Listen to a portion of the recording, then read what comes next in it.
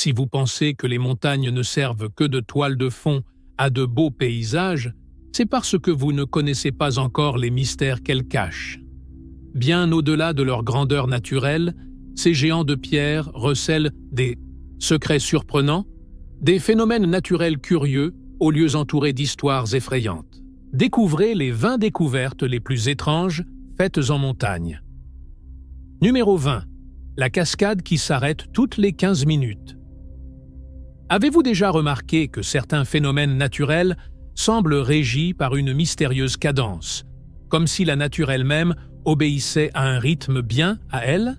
C'est justement le cas d'un site étonnant, situé au pied d'une montagne difficilement accessible, en bordure de la ville d'Afton, dans l'État du Wyoming, aux États-Unis.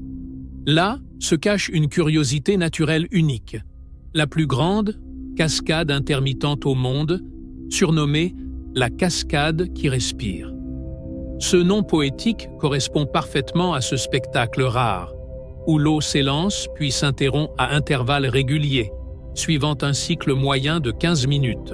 Aussi étrange que cela puisse paraître, ce phénomène fascinant repose sur un mécanisme naturel simple, mais ingénieux, l'effet siphon. Vous pouvez le prouver avec une petite expérience amusante. Prenez un petit tuyau, ou même une paille flexible. Prenez maintenant 2 verres, peu importe lesquels, tant que l'un est plus grand que l'autre. Remplissez la tasse la plus haute jusqu'au bord avec de l'eau, puis couvrez une extrémité du tuyau ou de la paille avec votre doigt et plongez l'autre extrémité dans la tasse la plus haute. Inclinez maintenant la pointe recouverte par votre doigt vers le récipient vide et relâchez. À ce stade, l'eau devrait s'écouler vers le haut à travers la paille, puis vers le bas dans la tasse, la plus basse. Surprenant, n'est-ce pas? Le même principe est à l'œuvre dans cette cascade. L'eau s'écoule dans une grotte souterraine, remplissant entièrement un canal étroit.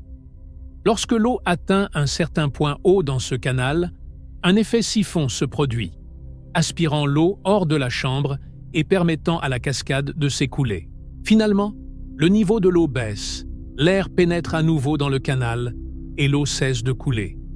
Lorsque l'eau est renouvelée, le cycle recommence. Si vous souhaitez assister à cette merveille naturelle, le comportement intermittent de la cascade est particulièrement perceptible de la fin de l'été à l'automne, lorsque le niveau des eaux souterraines est plus bas. Le débit dure généralement environ 18 minutes et s'arrête pendant 15 minutes. Sans Archibald Gardner, qui a observé ce phénomène intéressant en 1889, nous n'aurions aucune idée de l'existence de cette cascade intermittente. Numéro 19. L'épée viking au sommet d'une montagne norvégienne. En Norvège, au cours de l'année 2017, une découverte inattendue a été faite par un groupe de chasseurs de rennes lors d'une excursion en montagne. L'un d'eux, Einar Hambach, est tombé sur une épée viking étonnamment bien préservée, estimée à environ 1200 ans. Cette trouvaille exceptionnelle a rapidement suscité l'intérêt des archéologues et des historiens. D'après les spécialistes, l'arme daterait d'une période comprise entre 850 et 950 après J. Pracey, époque emblématique des grandes expéditions vikings et de leurs récits épiques qui nourrissent encore l'imaginaire collectif. Malgré le passage du temps, la lame est restée dans un état impressionnant, ne portant que des traces de corrosion. En revanche, les matériaux organiques qui accompagnaient autrefois l'épée, tels que le bois, le cuir ou l'os, ont disparu au fil des siècles, dégradés par les éléments naturels. C'était également assez surprenant de voir comment l'épée était coincée entre 2 rochers. Bien que rouillé, il conservait sa forme d'origine et était relativement bien conservé par rapport aux autres armes de la même période. S'il n'y avait pas eu la basse pression et le froid extrême dans la montagne, l'épée se serait probablement dégradée plus rapidement. Lorsqu'ils ont appris la découverte, les chercheurs sont retournés sur le site accompagnés d'Einar, un détecteur de métaux, et d'un archéologue. Ils ont fouillé la montagne dans l'espoir de trouver d'autres objets historiques, mais malheureusement, ils n'ont rien trouvé d'autre d'important. Si vous appréciez la vidéo jusqu'à présent, n'oubliez pas d'aimer et de vous abonner à la chaîne. Numéro 18. Un cerveau de l'âge du bronze. En 2017, une découverte surprenante a émergé sur les pentes du mont Tavşanlı, en Turquie, captivant la communauté scientifique. Lors de fouilles archéologiques dans la région, les chercheurs ont mis au jour un élément pour le moins inattendu. Un tissu cérébral humain remarquablement bien conservé, malgré le passage de plusieurs millénaires. Ce qui intrigue le pot. Plus, c'est le processus même qui a permis cette conservation exceptionnelle. À l'époque, un puissant séisme secoua la zone, ensevelissant le site sous les décombres. Peu après, un incendie dévastateur éclata, consumant tout sur son passage et épuisant l'oxygène ambiant. Ce double événement extrême créa un environnement si aride que le cerveau fut complètement déshydraté, comme s'il avait été bouilli à sec. C'est justement cette absence d'humidité qui, contre toute attente, a empêché sa décomposition au fil du temps. L'emplacement de l'incendie a également joué un rôle dans la préservation du tissu cérébral. Le sol de cette région était comme l'ingrédient secret de la recette, contenant des niveaux élevés de potassium, de magnésium et d'aluminium. Cette combinaison a conduit à la formation d'adipocères, ou cire cadavérique, une substance assez efficace pour préserver la matière humaine. La préservation de ce cerveau est si extraordinaire qu'elle a attiré l'attention des scientifiques du monde entier. Le tissu cérébral est généralement difficile à préserver, car il est riche en enzymes et en cellules qui se détériorent rapidement après la mort. La découverte était si inattendue qu'elle a encouragé les archéologues à commencer à regarder d'un peu plus près, dans l'espoir de découvrir d'autres trésors anciens autour du monticule. Aujourd'hui, ce tissu est examiné pour en savoir plus sur l'état de santé des populations qui vivaient dans la région il y a 4000 ans. Numéro 17. L'ermite sculpteur de pierre. Rencontré Alberto Gutiérrez, un homme plus connu sous le surnom de l'ermite du Nicaragua, ou simplement l'homme de pierre. Ce monsieur est tout simplement incroyable. Il a décidé de vivre dans les montagnes sereines du Nicaragua et de passer ses journées à les sculpter, ou plutôt à sculpter les montagnes elles-mêmes. Alberto est né le 17 octobre 1944, dans un village près de la ville de Estelí. Enfant, il était attiré par la forêt qui entourait sa maison et, à l'âge de 33 ans, au milieu des troubles de la guerre au Nicaragua, il a décidé de suivre un rêve d'enfance, une vision vivante qu'il avait eue à l'âge de 9 ans de sculpter une montagne. Ce rêve l'a conduit à la montagne d'El Jalacat, surplombant la réserve naturelle de Tissé, Estanzuela, où il a reconnu le rocher de 91 mètres qu'il avait vu dans son rêve, puis a laissé derrière lui sa vie antérieure et a construit une petite cabane en bois dans les montagnes, où il vit sans eau courante ni électricité. Il a appris à s'adapter et à survivre dans la nature en utilisant des outils simples comme des morceaux d'acier et une lame en métal. Il a commencé à sculpter et a réussi à façonner la montagne en une sculpture diversifiée avec divers éléments, tels que des éléphants et des guépards. En raison de son style de vie d'ermite, Alberto est devenu une sorte de légende locale et une attraction touristique. Des gens du monde entier l'ont visité, soit environ 30 000 personnes. Au cours de la dernière décennie, sa renommée s'est encore accrue grâce à Internet, ce qui est assez ironique, étant donné qu'Alberto n'a jamais pris la peine de se familiariser avec la technologie. Numéro 16. Le tombeau préhistorique vieux de 5400 ans. En 2023, des archéologues du sud de l'Espagne ont découvert une tombe qui aurait plus de 5400 ans. Ce tombeau a été découvert près d'une célèbre montagne solitaire de la région, mais la préservation du site n'est qu'une des raisons de sa renommée. Cet endroit est connu sous le nom de Piedras Blancas, pierre blanche en espagnol. Ce qui est intéressant, c'est que l'emplacement exact du tombeau s'aligne parfaitement avec le lever du soleil au solstice d'été. Chaque année, le 21 juin, les rayons du soleil levant créent une danse fascinante d'ombre et de lumière sur un monolithe à l'intérieur du tombeau, semblable à l'effet observé à Newgrange en Irlande. Cet endroit montre à quel point les hommes du néolithique étaient étonnants et comment ils comprenaient l'astronomie mieux que nous le pensions. Nombre 15. L'ancien sanctuaire romain. En 2020, lors d'une journée apparemment ordinaire, un randonneur a soudainement trouvé quelque chose de surprenant lors de sa randonnée dans les Alpes suisses. Une ancienne pièce de monnaie romaine. Cet événement a marqué le début de la curiosité et de l'intérêt des archéologues pour les Alpes suisses. Les fouilles ont commencé dans la région entre les montagnes Amertenhorn et Wildstrubel, à environ 2,6 km d'altitude, et les efforts ont été largement récompensés. Ils ont trouvé 100 pièces de monnaie, 27 cristaux de roche, 59 chaussures, une broche et même un fragment d'une plaque votive en forme de feuille. Les objets trouvés suggèrent qu'il s'agissait d'un site sacré, peut-être une sorte d'ancienne destination de pèlerinage, où les gens déposaient ces objets comme offrandes votives. Ce serait comme une sorte de puits à souhaits antique, sauf qu'au lieu d'y jeter une pièce pour porter chance, vous y laisseriez une pièce romaine, ou, si vous vous sentiez particulièrement généreux, un beau cristal de roche brillant. Les gravures sur les pièces forment une chronologie qui s'étend du 1er au 5e siècle après J.C., couvrant l'essor et la chute de l'Empire romain.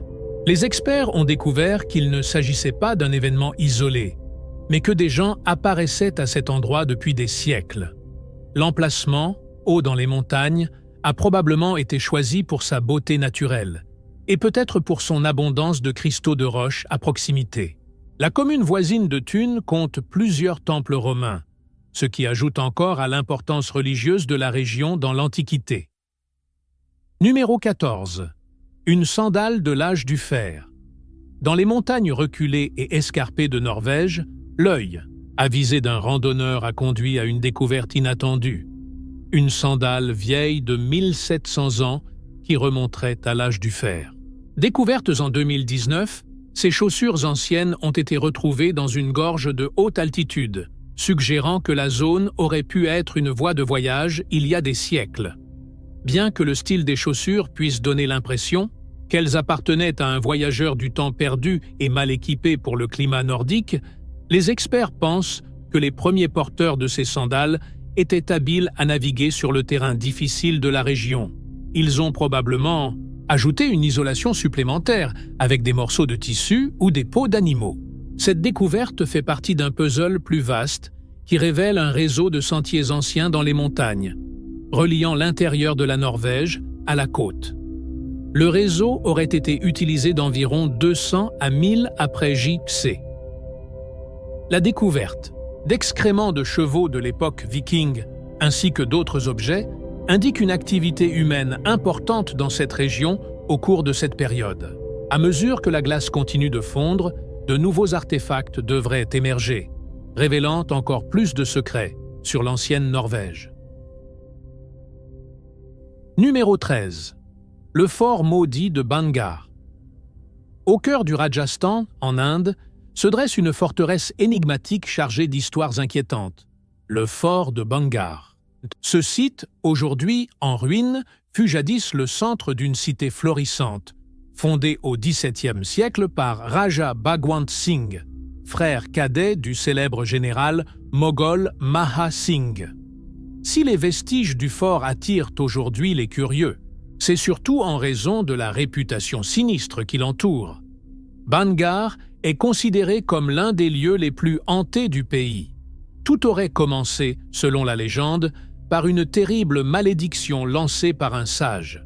Cette prophétie funeste aurait scellé le destin de la ville, conduisant à sa chute brutale et à la défaite tragique de son souverain. Son armée anéantie et ses habitants brutalement massacrés.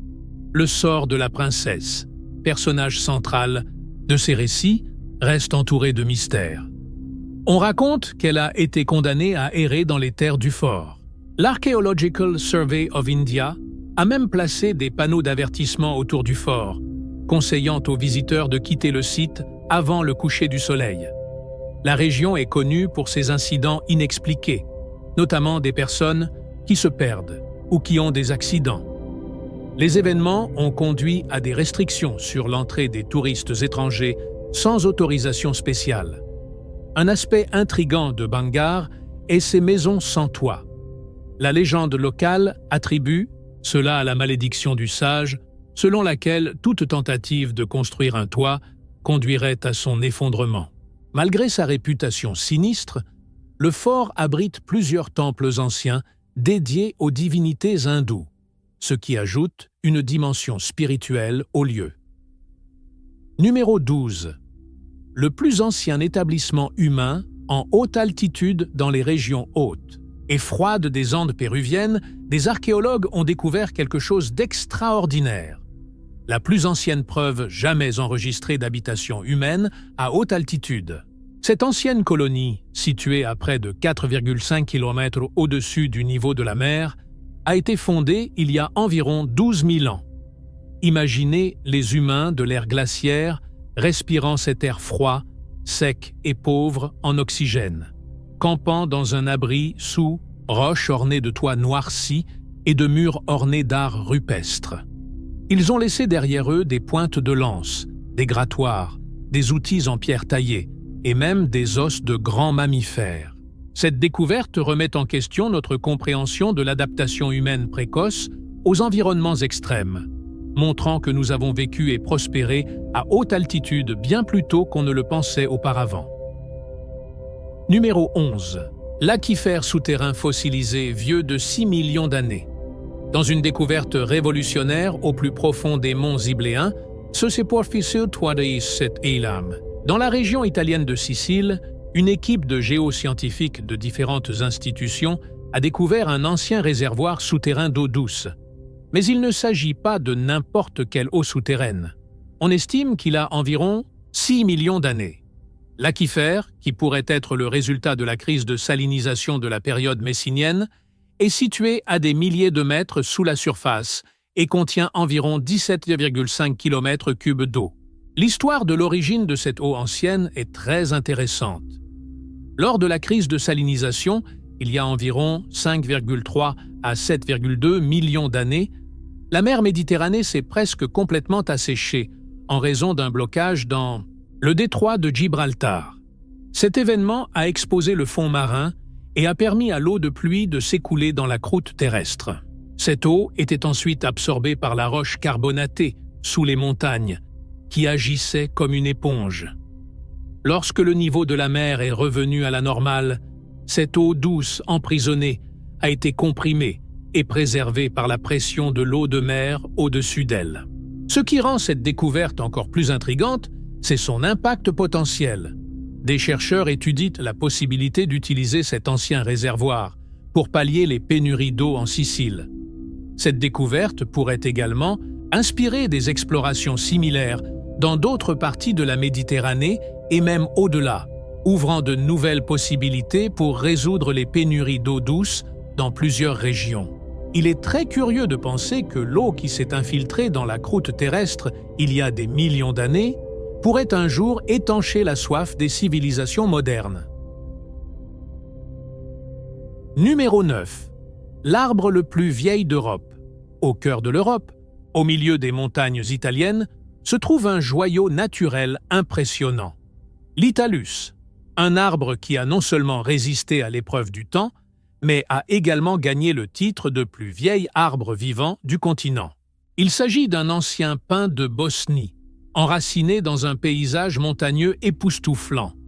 Selon les estimations, Italus a plus de 1230 ans. Oui, vous avez bien lu. Cet arbre existait déjà lorsque Charlemagne consolida son empire sur l'Europe occidentale.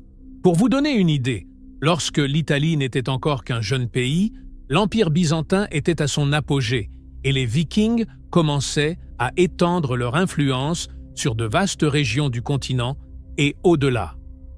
L'âge de Italus, était confirmé par la science méticuleuse de la dendrochronologie, qui consiste essentiellement à compter et à analyser les anneaux à l'intérieur des troncs d'arbres.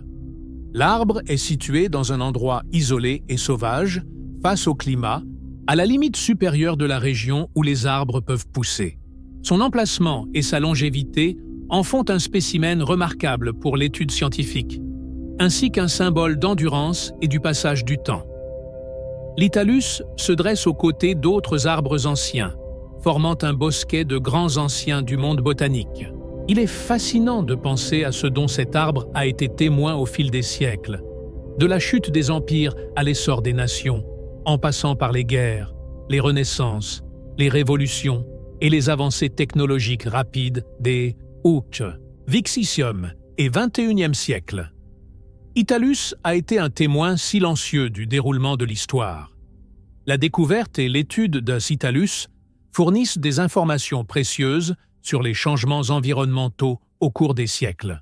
Alors que les chercheurs continuent d'étudier cet arbre et d'autres arbres anciens, ils espèrent mieux comprendre les modèles climatiques passés, nous aidant à comprendre comment notre nature a évolué et ce que l'avenir pourrait nous réserver. Numéro 8. Grotte de Guyaju. Dans le comté de Yanqing, au nord-ouest de Pékin, se cache un site archéologique aussi mystérieux que spectaculaire, les fascinantes grottes de Guyaju. Ce complexe troglodytique a été mis au jour en 1984, lors d'une expédition dédiée à la recherche de vestiges culturels. Ce que les chercheurs y ont découvert dépasse l'imagination. Plus de 350 pièces creusées à même la roche, réparties sur les versants nord, sud et est d'une montagne escarpée. Environ 117 grottes composent cet ensemble, dont l'apparence évoque celle d'une gigantesque ruche taillée dans la pierre. Ce qui frappe le plus, au-delà de l'ampleur du site, c'est la précision et la réflexion manifeste dans sa conception. La majorité des habitations troglodytiques comportent 3 pièces, généralement un petit salon central et des espaces de rangement latéraux, témoignant d'une organisation avancée et d'un mode de vie structuré bien en avance sur ce que l'on pourrait attendre d'une époque aussi lointaine. Certaines comportent jusqu'à 2 étages reliés par des escaliers sculptés et des ponts en pierre. Les pièces varient en forme et en taille, la plus grande mesurant 20 mètres de long. La hauteur moyenne des pièces est d'environ 1,6 à 1,7, ce qui laisse supposer que la communauté qui y vivait était peut-être de petite taille. Les grottes de Guyaju disposent de leur propre système de drainage et de stockage d'eau, ce qui indique un haut niveau de sophistication et d'ingénierie. Les chambres servaient à diverses fins, notamment pour des événements communautaires, des quartiers, royaux, des rituels religieux et du stockage. Le site comprend également des meubles sculptés dans la roche, tels que des lits, des lustres, des compartiments de rangement et des tablettes de pierre. Certains pensent que la chambre la plus grande et la plus complexe, connue sous le nom de Guantangzi ou Temple d'or, était utilisée pour les rassemblements communautaires et les cérémonies religieuses. Le peuple qui a construit ces grottes reste un mystère complet, car il n'existe aucune trace historique des habitants de ces grottes. Certains chercheurs suggèrent qu'ils ont été construits par les Kumokshi, un peuple des steppes mongoles qui remonte à plus de 1000 ans. D'autres ont émis l'hypothèse que les grottes auraient pu être un grenier construit pendant la dynastie Tang ou une garnison militaire de la dynastie Han. L'absence de matériaux organiques permettant une datation fiable et le manque de relief et de sculpture dans le système de grottes augmentent encore le mystère. En 1991, les grottes de Guyaju ont été officiellement ouvertes aux visiteurs et en 2013, elles ont été classées comme sites historiques et culturels importants protégés au niveau national en Chine. Numéro 7. Village du peuple des nuages. Dans Edre, les hauteurs verdoyantes où la cordillère des Andes se fond dans la forêt amazonienne, s'épanouissait autrefois une civilisation fascinante, celle des Chachapoyas, surnommés les guerriers des nuages, ou encore le peuple des nuages. Cette culture précolombienne, aujourd'hui associée à la région nord du Pérou, s'est développée dans un environnement aussi majestueux que complexe, entre montagnes escarpées et jungles luxuriantes établies, à des altitudes comprises entre 2000 et 3000 mètres, les Chachapoyas se sont illustrés par leur exceptionnelle maîtrise de l'architecture. Leur héritage le plus impressionnant demeure sans doute la forteresse monumentale de Cuelap. Souvent comparée au Machu Picchu, cette citadelle perchée est entourée de murs massifs et abrite plus de 400 structures, témoignant d'un savoir-faire remarquable et d'une société hautement organisée. Les origines des Chachapoyas et leur destin final font partie de leur mystère. Des preuves archéologiques montrent la présence de colonies Inca et Chachapoya dans la région, indiquant un certain niveau d'acceptation de la domination Inca. Cependant, des sources historiques suggèrent un régime plus rebelle envers ses empereurs. La défaite des Chachapoyas par l'Empire Inca eut lieu vers la seconde moitié du XVe siècle, sous le règne de Tupac Inca Yupanqui. L'apparence physique de ces personnes, telle qu'observée par les conquérants espagnols, était sensiblement différente de celle des autres groupes indigènes de la région. Ils étaient décrits comme ayant la peau claire, et leurs femmes étaient connues pour leur beauté. Malgré l'arrivée des conquérants européens en 1535 et leur alliance avec les Chachapoyas pour récupérer les terres des Incas, l'introduction de maladies européennes comme la variole a finalement conduit à la disparition du peuple Chachapoya. Pourtant, les découvertes archéologiques modernes continuent d'éclairer cette civilisation énigmatique. En 2006, un cimetière souterrain contenant des momies de Chachapoya a été découvert, offrant un aperçu de leurs caractéristiques physiques et de leurs pratiques culturelles. D'autre part, beaucoup de choses sur les Chachapoyas restent encore un mystère, y compris leur nom d'origine, puisque Chachapoya est dérivé de la langue quechua, parlée par les Incas. Numéro 6. Sculptures antiques vieilles de 7000 ans. Dans le district de Maiji, au sein de la ville de Tianshui, en Chine, se trouve un chef-d'œuvre d'harmonie entre art et spiritualité. Les grottes de Maiji-shan. Ce spectaculaire ensemble bouddhiste, sculpté à flanc de falaise dans la montagne du même nom, remonte à la période allant de 384 à 417 après J.K.C., vers la fin de la dynastie Shang. Ce n'est qu'un modeste début pour un site qui, au fil des siècles, allait devenir l'un des joyaux de l'art rupestre en Chine. Aujourd'hui, le complexe compte 221 grottes, renfermant plus de 10 600 sculptures en argile, ainsi qu'environ 1300 mètres carrés de fresques murales. De petites figurines délicates aux statues gigantesques, chaque œuvre témoigne de plus de 1000 ans de tradition et d'évolution dans la sculpture en argile chinoise. Véritable musée suspendu à la montagne, Maiji-shan incarne la persistance de la foi et du raffinement artistique à travers les âges. L'une des caractéristiques les plus emblématiques du site est son emplacement sur la falaise abrupte de Matsitui, la montagne Maiji, à environ 70 mètres au-dessus du sol. La grotte la plus grande et la plus célèbre, la grotte 4, également connue sous le nom de Pavillon des 7 Bouddhas, abrite une splendide salle remplie de symboles de la tradition bouddhiste. Cette grotte est également appelée la Tour des fleurs dispersées, d'après un conte bouddhiste sur un être céleste qui testait ses disciples en répandant des fleurs depuis la grotte. Les grottes sont divisées en 2 grandes zones, les falaises occidentales et orientales. Ils abritent un certain nombre de statues bouddhistes, de peintures murales et de structures architecturales qui sont un régal pour les yeux. Les sculptures en argile des grottes de Maiji-shan sont connues pour leurs détails et leur représentation sécularisée, ressemblant étroitement à la vie quotidienne de l'époque. Contrairement aux grottes de Mogao, célèbres pour leur peinture murale, les grottes de Maiji-shan sont connues pour leurs exquises sculptures en argile. Se rendre aux grottes de Maiji-shan est une aventure en soi. Les grottes sont reliées par des passerelles en planches suspendues à la falaise, offrant une expérience palpitante aux visiteurs. Même si l'ascension peut être difficile pour certains, les vues époustouflantes et la splendeur artistique des grottes rendent l'expérience inoubliable.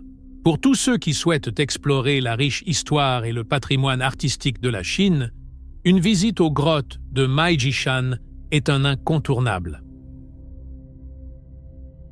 Numéro 5. Les pyramides énergétiques de Bosnie.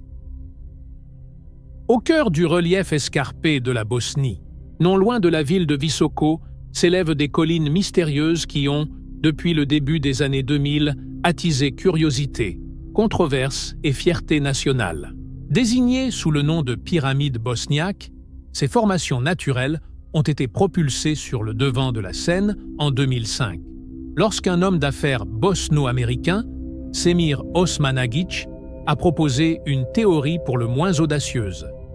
Selon lui, ces collines, en particulier celle de Visočica, la plus imposante, seraient en réalité des pyramides artificielles érigées par une civilisation ancienne dotée de connaissances avancées.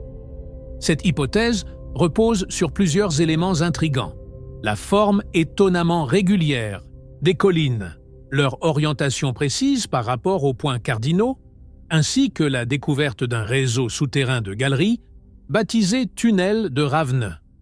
Bien que la communauté scientifique reste majoritairement sceptique, ces supposées pyramides continuent de susciter passion et débat, devenant un symbole culturel aussi controversé que captivant. Il a suggéré que ces collines pourraient avoir plus de 30 000 ans, construites par une civilisation antérieure à l'histoire connue, peut-être les Illyriens. Il a également évoqué la découverte d'ondes stationnaires sur le site, qui, selon lui, pourraient faciliter la communication intergalactique. Les pyramides bosniaques ont rapidement gagné en popularité, en particulier parmi la population bosniaque locale, qui les a adoptées comme un symbole de fierté nationale et un lien avec un passé glorieux et ancien. Visoko est devenue une destination touristique et les autorités locales, et les écoles approuvent les visites du site. Cependant, les affirmations d'Osmanagić ont été accueillies avec scepticisme et de nombreuses critiques de la part de la communauté scientifique. Des experts en archéologie et en géologie, dont l'Association européenne des archéologues, ont rejeté ces affirmations comme étant pseudo-scientifiques. Ils soutiennent que ces collines en forme de pyramide sont des formations naturelles courantes dans de nombreuses régions du monde. Les analyses géologiques montrent que ces collines sont constituées de couches de conglomérats. Numéro 4. Une plantation de myrte. À l'intérieur de la Louisiane, dans la petite ville de Saint-Francisville, se trouve une ancienne propriété devenue synonyme de mystère et d'histoires effrayantes. La plantation Myrtles. Érigée en 1796 par le général David Bradford, le site s'appelait initialement Laurel Grove. Bradford, qui avait été impliqué dans la rébellion du whisky, chercha refuge dans la colonie espagnole pour échapper aux persécutions judiciaires aux États-Unis. Des années plus tard, la plantation fut héritée par sa fille et son gendre, Clark Woodruff, et c'est pendant leur administration que la propriété fut en proie à des tragédies et à des rapports de hantise. L'une des histoires les plus connues est celle de la jeune Chloé, une femme esclave. Selon la légende, Woodruff, considéré par beaucoup comme un homme respectable mais vulnérable à ses propres désirs, aurait eu une liaison avec Chloé, donnant lieu à l'un des récits les plus macabres liés à l'histoire de la maison. Craignant une punition de la part de la femme de Woodruff, Chloé a commencé à écouter les conversations familiales. Lorsqu'il l'a surprise en flagrant délit, Woodruff a ordonné qu'on lui coupe l'oreille en guise de punition, la forçant à porter un turban à partir de ce moment-là. Dans un acte de vengeance, Chloé aurait empoisonné la nourriture de la famille, entraînant la mort de la femme de Woodruff et de ses 2 enfants. Les autres esclaves, craignant des répercussions, ont pendu Chloé et ont jeté son corps dans une rivière. On dit que l'esprit de Chloé hante la plantation à ce jour. En 1834, la plantation fut vendue à Ruffin Gray Stirling, qui la réaménagea, doublant presque sa taille. Le nom de la propriété a ensuite été changé en Myrtles. Même avec le changement de propriétaire, des tragédies ont continué à frapper la région. car de nombreux enfants de Stirling sont morts jeunes et, en 1874, le gendre de Stirling, William Winter, a été abattu sur la propriété. La légende raconte que son fantôme a revécu ses derniers instants dans la maison, titubant jusqu'à la 17e marche, où il est mort. La plantation a changé de main à plusieurs reprises, depuis chacune contribuant apparemment aux légendes qui l'entourent. Dans les années 1970, lorsque la famille du maire a acheté la propriété et l'a ouverte comme chambre d'hôte, des rapports d'activité paranormale ont commencé à faire surface. Les invités ont rapporté avoir entendu des bruits étranges et avoir vu des apparitions, notamment celle d'une jeune femme portant un turban présumé être Chloé, le fantôme de Chloé. Cependant, les documents historiques remettent en question l'exactitude de ces légendes. Par exemple, il n'existe aucune trace d'une jeune fille esclave nommée Chloé sur la plantation, ni de la mort des Woodruff, ont été attribuées à la fièvre jaune et non à un empoisonnement. Malgré tout, la réputation de la plantation hantée et des observations de fantômes persistait. Numéro 3. Mont Pendle, point chasse aux sorcières de Pendle de 1612, est l'un des événements les plus célèbres de l'histoire anglaise. L'événement autour du mont Pendle, dans le comté de Lancashire, impliquait 12 personnes, principalement issues de 2 familles, qui étaient accusées d'avoir assassiné 10 personnes par sorcellerie. Les procès sont remarquables par leur vaste documentation et le nombre élevé d'exécutions. 10 des accusés ont été pendus. Un aspect frappant de ces procès était le recours au témoignage d'une fillette de seulement 9 ans, Janet, à pareil contre sa propre famille. La toile de fond de ces événements était une société plongée dans des troubles religieux et politiques où la sorcellerie était un phénomène craint et mal compris. Ces procès reflètent une période de l'histoire où la superstition et la loi se sont mêlées, entraînant des conséquences tragiques dont on se souvient encore aujourd'hui. Numéro 2. Caché parmi les vallées. Dans une vallée cachée de l'ancienne région de la province du Guizhou, au sud-ouest de la Chine, se trouve un endroit curieux qui intrigue les habitants et les touristes. Cette découverte, mieux vue à travers un drone, est une scène inattendue dans les montagnes chinoises, des centaines de mystérieux cercueils en bois. Mais pourquoi exactement y a-t-il des cercueils et des restes ici? Eh bien, les experts pensent que cette pratique, suivie depuis l'Antiquité, vise à aider les âmes des morts à atteindre le ciel. Dans une seule grotte, on peut trouver plus de 500 cercueils à différents stades de décomposition. Cette tradition pourrait être née du désir de la population locale de retourner dans son pays d'origine.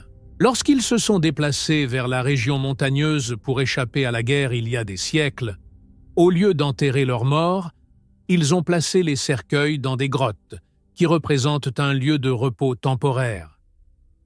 Une autre croyance veut que cette pratique ait commencé à protéger les cercueils des inondations, avec l'avantage supplémentaire d'être plus proche du ciel et donc plus proche du paradis. Numéro 1. Les langues perdues et la plus ancienne bibliothèque du monde. Le monastère Sainte-Catherine du Sinaï, en Égypte, abrite l'une des plus anciennes bibliothèques du monde, toujours en activité. Cette bibliothèque est un véritable trésor de milliers de manuscrits et de livres, dont certains recèlent des trésors cachés sous la forme de textes anciens. Grâce à une technologie de pointe, les chercheurs ont découvert des textes précédemment effacés et écrasés par les moines du monastère. Parmi ces textes redécouverts figurent ceux écrits dans des langues depuis longtemps perdues, notamment l'albanais du Caucase et l'araméen chrétien palestinien. Ces manuscrits offrent un aperçu unique du passé et contribuent de manière significative à notre compréhension de ces langues anciennes. Le projet, appelé Palimpseste du Sinaï, a contribué à mettre en lumière ces écrits secrets, en rendant leurs images disponibles en ligne pour une étude plus approfondie. Laquelle de ces découvertes vous a le plus intrigué? Dites-nous ce que vous en pensez dans les commentaires ci-dessous. Si vous êtes arrivé jusqu'ici, profitez-en et aimez et abonnez-vous à la chaîne, cela nous aide beaucoup. Merci d'avoir regardé et à bientôt pour la prochaine vidéo.